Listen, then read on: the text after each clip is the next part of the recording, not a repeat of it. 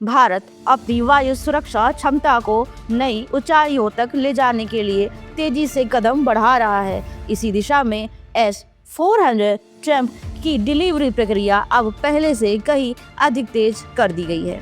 रक्षा सूत्रों के अनुसार भारत को इस साल S-400 सिस्टम की बची हुई 2 यूनिट मिलने वाली है। इनमें से 1 यूनिट अप्रैल तक आने की संभावना है, जबकि अंतिम डिलीवरी नवंबर तक पूरी हो जाएगी।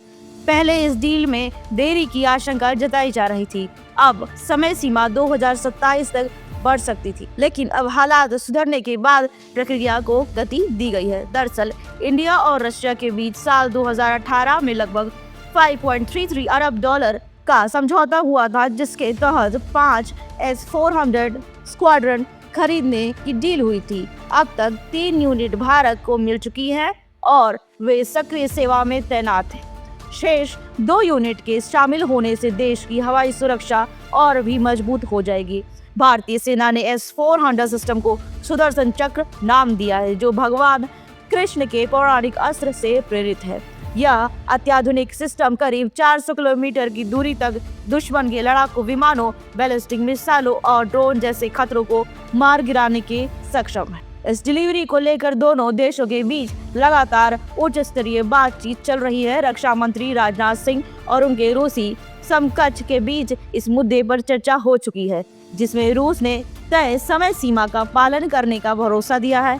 यूक्रेन युद्ध और सप्लाई चेन की दिक्कतों के चलते इस प्रोजेक्ट में पहले देरी हुई थी, लेकिन अब परिस्थितियां सामान्य होने के साथ डिलीवरी को गति दी जा रही है। S-400 सिस्टम पहले ही अपनी प्रभावशीलता साबित कर चुका है और हालिया अभियानों में इसने दुश्मन के कई हवाई खतरों को सफलतापूर्वक निष्क्रिय किया है।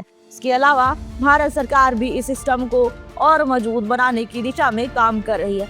हाल ही में रक्षा अधिग्रह परिषद ने लगभग 100 करोड़ की लागत से 288 अतिरिक्त मिसाइलों की खरीद को मंजूरी दी है। कुल मिलाकर S-400 की तेज होती डिलीवरी ये संकेत देती है कि भारत मौजूदा वैश्विक और क्षेत्रीय चुनौतियों को ध्यान में रखते हुए अपनी एयर डिफेंस क्षमता को तेजी से अपग्रेड कर रहा है, ताकि किसी भी हवाई खतरे का समय रहते और प्रभावी जवाब दिया जा सके। नमस्कार।